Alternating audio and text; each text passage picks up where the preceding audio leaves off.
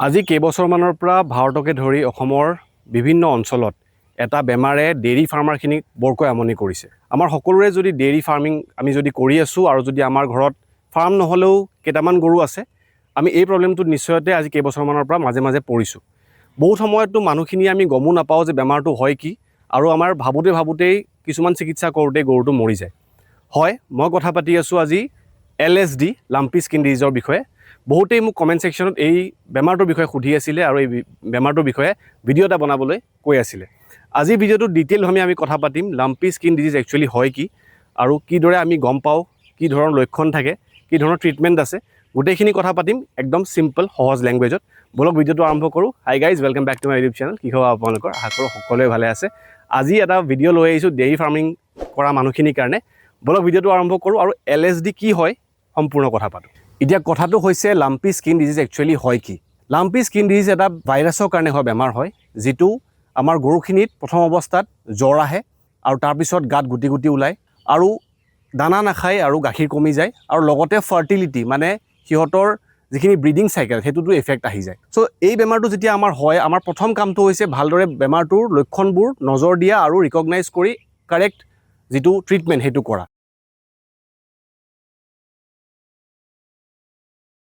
এতিয়া প্ৰথম অৱস্থাত আপোনালোকে কোনবোৰ লক্ষণ দেখিব? যিটো প্ৰথম লক্ষণ হৈছে সেইটো হৈছে গৰুটোৰ জ্বৰ দেখা দিব। তাৰপিছত খাবলৈ মন নকৰে আৰু লগে লগে বডিত গাটোত সৰু সৰু গুটি ওলাব ধৰে।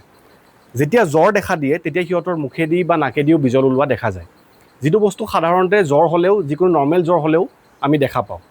ইয়াৰ পিছতেই লাহে লাহে 2-4 দিনৰ পিছত এই যিটো গাত গুটি ওলায়, সেই গুটিবোৰ ডাঙৰ ডাঙৰ হ'বলৈ ধৰে আৰু সেইবোৰৰ পৰাই ঘাঁ আৰম্ভণি হ'বলৈ ধৰে। তেতিয়া এটা যিটো আৰম্ভণিতে সাধাৰণ গুটি হৈ সৰু সৰু গুটিবোৰ ওলায়, সেইটোৱে পিছত গৈ আকৌ ঘাঁ হ'ব ধৰে আৰু তাৰপিছত তাতে মাখি বা তেনেকুৱা ধৰণৰ ইনফেকশ্যনটো বেছিকৈ বাঢ়ি যায়। চ' এইখিনি হ'ল অভাৰঅল আৰ্লি চাইন আৰু পিছৰ এডভান্স যিখিনি বেছি বেয়া ফালে গুচি যায় যদি আমি সঠিক সময়ত ৰাইট ট্ৰিটমেণ্টটো নকৰোঁ। চ' বেমাৰটোত প্ৰথম বস্তুটো হৈছে জ্বৰ আৰু খাব মন নকৰা, আৰু লগে লগে তাৰ যদি আপুনি গাইজনী গৰু গাখীৰ দি আছে তেতিয়াহ'লে গাখীৰটো ইনষ্টেণ্ট ড্ৰপ হৈ যাব, মানে কমি যাব। আৰু যদি কিছুমান ক্ষেত্ৰত এনেকুৱাও দেখা গৈছে, যদি প্ৰেগনেণ্ট এনিমেল হয় তেতিয়াহ'লে পোৱালিও পেলাই দিয়া দেখা যায়। কাৰণ ফিভাৰ যেতিয়া বহুত বেছি আহে, আপুনি যেতিয়া ফিভাৰটো কমাব নোৱাৰে, জ্বৰটো কমাব নোৱাৰে, তেতিয়া পোৱালি পেলাই দিয়া আমি দেখা পাওঁ। চ' এইবোৰ হ'লে অভাৰঅল ফাৰ্মখনত বহুতখিনি ক্ষতি হৈ যায়। গতিকে আমি ইনষ্টেণ্ট যেতিয়া আমি লক্ষণবোৰ দেখা পাওঁ তেতিয়াই আমি ট্ৰিটমেণ্টবোৰ আৰম্ভ কৰিব লাগে।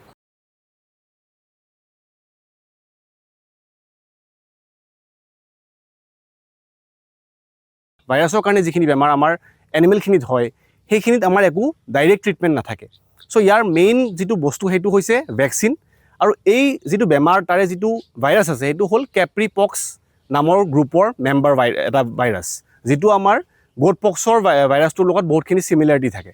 চ' এতিয়ালৈকে বৰ্তমান ইণ্ডিয়াত যদিও ভেকচিন ওলাইছে, কিন্তু এভেইলেবিলিটি ভালকৈ ডাইৰেক্টলি লাম্পি স্কিন ডিজিজৰ কাৰণে অহা নাই। চ' সদ্যহতে আমি কিছু বছৰৰ পৰা এই ছেক্টৰটোত আমি গোট পক্সৰ ভেকচিনটোৱে ব্যৱহাৰ কৰি আছোঁ। আজি আমি ইয়াৰ পিছত কথা পাতিম আমি কি ধৰণকে বেমাৰটো হ'লে গোটেইখিনি বস্তু ৰিকগনাইজ কৰি কাৰেক্ট টাইমত ট্ৰিটমেণ্টবোৰ কৰিম, যাতে আমাৰ এনিমেলটো নমৰিলেও আমাৰ যিখিনি ইকনমিকেলি ফাইনেন্সিয়েলি আমাক বেয়াকৈ দুৰ্বল কৰি থৈ যায়, সেইখিনি যাতে আমাৰ নহয়।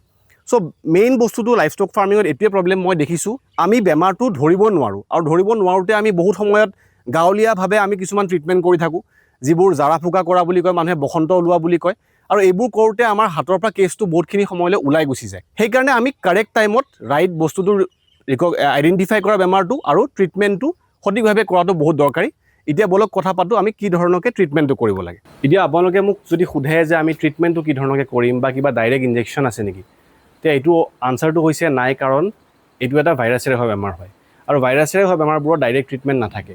চ' যিটো ট্ৰিটমেণ্টৰ আমাৰ ছিষ্টেম হৈছে সেইটো হ'ল যিবোৰ লক্ষণ আমি দেখা পাওঁ তাৰে ছিষ্টেমেটিক এটা এটাকৈ কৰা ট্ৰিটমেণ্টবোৰ, মানে যদি আমি জ্বৰ দেখিছোঁ তেতিয়াহ'লে জ্বৰৰ কাৰণে আমি ইনজেকশ্যন দিম, বা যদি আমি ঘাঁবোৰ দেখিছোঁ, গাত যিবোৰ গুটি ওলাইছে সেইবোৰৰ পৰা যদি ঘাঁ হয় সেইবোৰৰ কাৰণে আমি ট্ৰিটমেণ্ট কৰিম, বা আমি অভাৰঅল এনিমেলটোৰ ইমিউনিটিটো ষ্ট্ৰং কৰাৰ কাৰণে আমি লাগিব।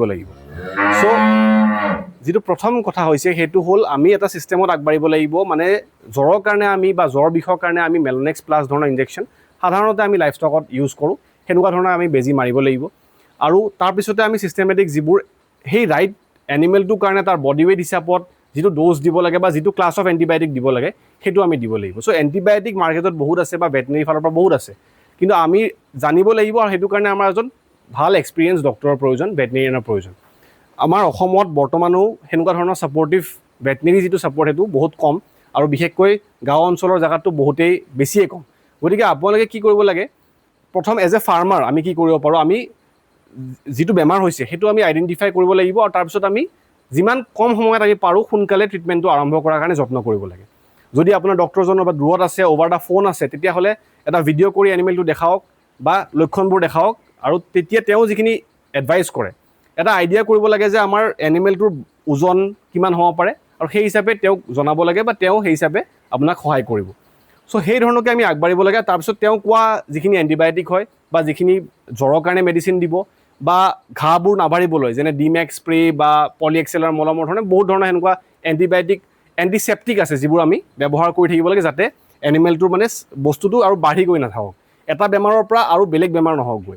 চ' এইখিনি আমি কৰিব লাগে এটা ছিষ্টেমত, আৰু তেনেকৈ আমি ট্ৰিটমেণ্টটোৰ বস্তুবোৰ কৰি যাওঁ। আৰু লগতে ইমিউনিটিটো ষ্ট্ৰং কৰাটো বহুত দৰকাৰী। যদি আপোনাৰ ইমিউনিটিটো এনিমেলটোৰ আগৰ পৰাই ষ্ট্ৰং আছে, বডিটো তাৰ কণ্ডিশ্যনটো ভাল, তেতিয়াহ'লে বেমাৰটোৰ বহুতখিনি কম লক্ষণবোৰ দেখা দিয়ে, বা যদি হয়ও তেতিয়াও সোনকালে ৰিকভাৰ হৈ যায়। চ' এইখিনিয়ে হ'ল বেচিক আৰম্ভণিৰ ট্ৰিটমেণ্ট। আৰু ইয়াৰ পিছতে আমি কথা পাতিম যে ফাৰ্মাৰজনে কি কি কৰিব লাগে, মানে বেচিকেলি আৰু কি কি বস্তু আছে যিবোৰ আমি কৰিব পাৰোঁ। এতিয়া এজ এ ফাৰ্মাৰ আপোনালোকে কি কৰিব যেতিয়া আপোনালোকে বেমাৰটো দেখা পায়। চ' প্ৰথম কামটো হৈছে আমি আমাৰ গৰুটোক বা গাইজনীক আমি আইচলেট কৰিম, মানে আমি বাকী গৰুকেইটাতকৈ ছাইড কৰি থ'ম তাইক। কাৰণ এটা এনিমেলৰ পৰাই, বেমাৰী এনিমেলটোৰ পৰাই আমাৰ বেমাৰটো আকৌ বাকী হাৰ্টটোত বা বাকী আমাৰ গৰুকেইজনীটো আহি যাব পাৰে। চ' প্ৰথম কামটো হৈছে আমি ছাইড কৰিছোঁ, আইচলেট কৰিছোঁ, আৰু লগতে তাইক ছাপৰ্টিভ কিছুমান ট্ৰিটমেণ্ট আৰম্ভ কৰিছোঁ। যেনে তাইৰ বডিত হোৱা ঘাঁবোৰত আমি এণ্টিচেপ্টিক ব্যৱহাৰ কৰিম, পটাছ পানীৰে ভালকৈ ধুম। তাৰপিছত আমি ঘাঁবোৰ নাবাঢ়িবলৈ যিকোনো ধৰণৰ ডিমেক্স স্প্ৰে হওক বা কিছুমান অইনমেণ্ট আহে, মলম আহে, সেইবোৰ দিম। আৰু লগতে তাৰোপৰি যিটো বহুত ইম্পৰ্টেণ্ট বস্তু সেইটো হৈছে যিটো বস্তু দি বেমাৰটো স্প্ৰেড হয়, মানে আপোনাৰ যিবোৰ মহ মাখি এইবোৰ যাতে বেছি হ'ব নোৱাৰে, আমি সেইটো কাৰণে আমি স্প্ৰে কৰিব লাগে।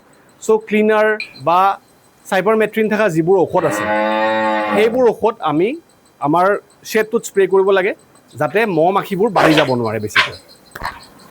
এতিয়া শেষত সকলোতকৈ গুৰুত্বপূৰ্ণ বস্তুটো সেইটো হৈছে বেমাৰটোৰ ক্ষেত্ৰত ভেকচিনেশ্যন কৰাটো। আপোনালোকে এই ক্ষেত্ৰত গোট পক্সৰ ভেকচিনটো নিজৰ ডেইৰী এনিমেলছখিনিত ব্যৱহাৰ কৰক। গোট পক্সৰ ভেকচিনটো প্ৰায় একেখিনি কামেই কৰিব, আৰু বৰ্তমানে অসমত এইটোকে এপ্লাই কৰি আহিছে ভেটেনেৰী ফালৰ পৰাও। যদি আপোনালোকে ভেটেনেৰী ফালৰ পৰা ভেকচিনটো পাইছে, ৱেল এণ্ড গুড। যদি পোৱা নাই তেতিয়াহ'লে নিজে এটা ভেকচিন আনি পেলাই 3 ml কৈ চাবকাট মানে ছালত নিজৰ গৰুকেইটাক দিয়ক। লগতে 3 মাহৰ ওপৰৰ পোৱালিখিনি, 3 মাহ বা 3 মাহৰ ওপৰৰ পোৱালিখিনিক আমি ভেকচিন, সকলোখিনি ভেকচিনেই কৰিব পাৰোঁ। চ' ভেকচিনটো কৰাটো বহুতেই দৰকাৰী। ভেকচিন কৰিলে প্ৰায় 90% বা 95% আমাৰ এনিমেলটো ছেভ হৈ যায়।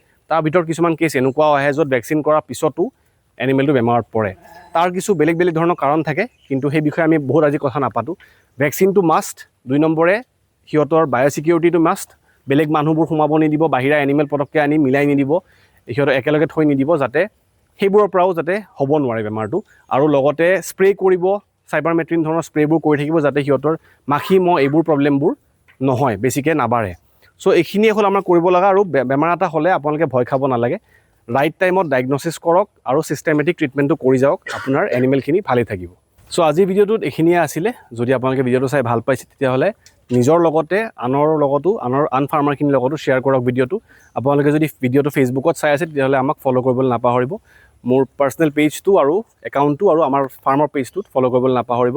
আৰু লগতে যদি ইউটিউবত চাই আছে তেতিয়াহ'লে ছাবস্ক্ৰাইব কৰি দিব চেনেলটো, আৰু জনাব কমেণ্ট ছেকশ্যনত আপোনালোকে নিজৰ ফাৰ্মত বা নিজৰ ফাৰ্মিং অভাৰঅল জাৰ্ণিত যদি দেখিছে বা নিজৰ ওচৰত দেখিছে বেমাৰটো, কি ধৰণৰকৈ ট্ৰিটমেণ্ট কৰিছে বা কাৰ গৰু মৰিছে, এনেকুৱা ধৰণৰ বস্তুবোৰ জনাব, যাতে আমি আগলৈও আমাৰ ভিডিঅ'বোৰত সেইবোৰ বস্তু আনিব পাৰোঁ। আশা কৰিছোঁ আপোনালোকে ভিডিঅ' চাই ভাল পাইছে। বহুত বহুত ধন্যবাদ, আৰু এনেকুৱা ধৰণে আমাক আশীৰ্বাদ কৰি যাব।